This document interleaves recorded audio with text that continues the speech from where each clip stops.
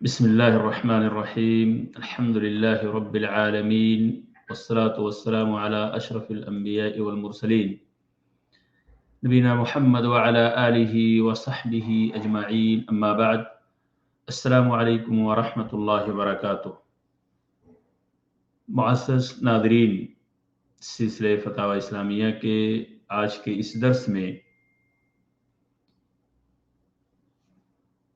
اس سوال کا جواب پیش کیا جا رہا ہے جو فضیلت الشیخ عبداللہ ابن عبد الرحمن الجبرین سے پوچھا گیا۔ سوال یہ تھا کہ کیا ابلیس لعنت اللہ اب تک زندہ ہے یا مر گیا؟ کیا جن بھی اپنے مردوں کو انسانوں کی طرح دفن کرتے ہیں؟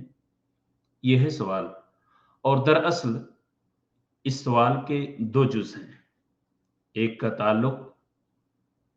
سوال کا تعلق ابلیس کے زندہ اور مردہ ہونے سے ہے، اور دوسرا تعلق جنوں کی تدفین کا ہے کہ کیا وہ انسانوں کی طرح اپنے مردوں کو دفن کرتے ہیں یا ان کا کوئی اور الگ طریقہ ہے۔ معزز ناظرین، اس سوال کے جواب میں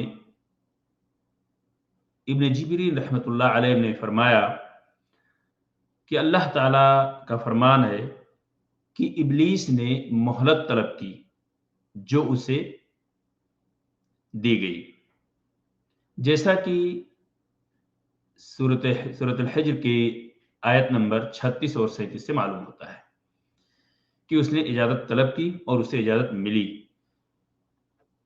مہلت طلب کی، اسے اللہ تبارک تعالیٰ نے مہلت دی۔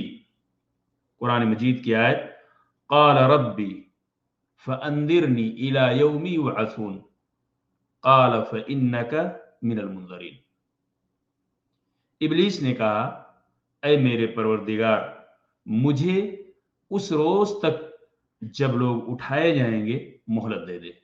تو اللہ تبارک تعالیٰ نے فرمایا تجھ کو مہلت دی جاتی ہے، یعنی قیامت تک اسے مہلت دی گئی ہے اور اس وقت تک وہ زندہ رہے گا۔ چنانچہ وہ اس یوم معلوم تک زندہ ہے جس میں اللہ تعالیٰ نے اس کی ہلاکت کا حکم دیا ہے، اور وہ دنیا میں سب سے آخر میں مرنے والا ہوگا۔ ناظرین کرام، سوال کا دوسرا جز جنوں کی تدفین سے متعلق، اس کے جواب میں شیخ نے فرمایا کہ جن ایسے ارواح ہیں جو جسموں سے بے نیاز ہیں۔ یہ ایک ایسی مخلوق ہے جسے ہم دیکھ نہیں سکتے، جسموں سے بے نیاز ہیں، وہ فوت ہوتے ہیں لیکن ان کی تدفین ان کے حسب حالت ہوتی ہے۔ ہمیں ان کی صورتوں کی کیفیت اور ان کی موت و تدفین کے حالات کا علم نہیں ہے، کیونکہ ان کا تعلق جنس بشر سے نہیں ہے۔ ظاہر سی بات ہے وہ ایسی مخلوق ہے جو کہ شکل و صباحت سے بے نیاز ہے، صورتوں سے بے نیاز ہے، انہیں ہم دیکھ نہیں سکتے، تو وہ انسانوں سے، بشریت سے بالکل مختلف ہیں۔